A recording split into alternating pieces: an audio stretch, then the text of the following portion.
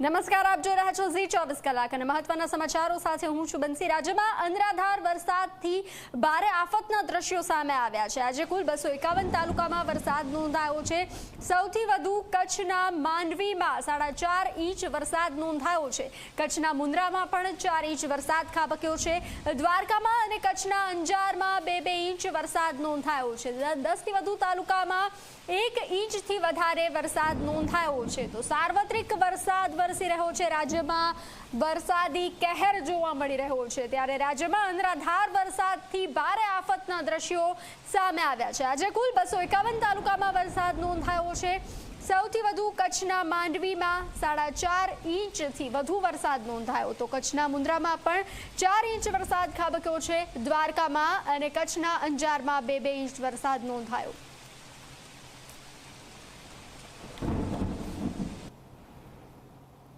ભારે વરસાદે રોડ રસ્તા વેરવિખેર કરી નાખ્યા છે। આજે રાજ્યના 916 રસ્તાઓ બંધ હાલતમાં છે। ભારે વરસાદથી 2 નેશનલ હાઈવે બંધ છે, જ્યારે 66 સ્ટેટ હાઈવે અને 88 અન્ય માર્ગો બંધ છે। રાજ્યના મોટાભાગના રસ્તા બંધ થતા હાલાકીના દ્રશ્યો સામે આવ્યા છે। લોકો હાલાકી ભોગવવા મજબૂર બન્યા છે। વધુ વિગતો આપી રહ્યા છે સંવાદદાતા હિતલ। વરસાદે રોડ રસ્તા વેરવિખેર કરી નાખ્યા છે। રાજ્યના અનેક રસ્તાઓ બંધ છે।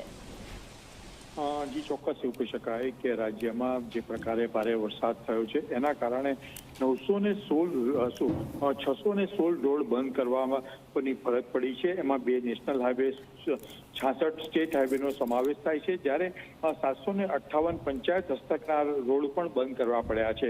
88 અન્ય માર્ગો બંધ કરવા પડ્યા છે। ખાસ કરીને જે પ્રકારના વિસ્તારોમાં વરસાદ છે, વડોદરામાં થી માંડીને અનેક એવા વિસ્તારો છે કે જ્યાં હજુ પણ પાણી ભરાયેલા છે અને તેના કારણે રોડ રસ્તા બંધ કરવાની ફરજ પડી છે અને ક્યાંક ને ક્યાંક રોડ તૂટી જવાની ઘટનાઓ છે, ઝાડ પડવાની ઘટનાઓ છે। એના કારણે આ રસ્તાઓ બંધ છે અને વહેલામાં વહેલી તકે વહીવટીતંત્ર દ્વારા આ રસ્તાઓ શરૂ કરી શકાય અને રિપેર કરી શકાય એ માટેની પણ કામગીરી હાથ ધરવામાં આવી રહી છે।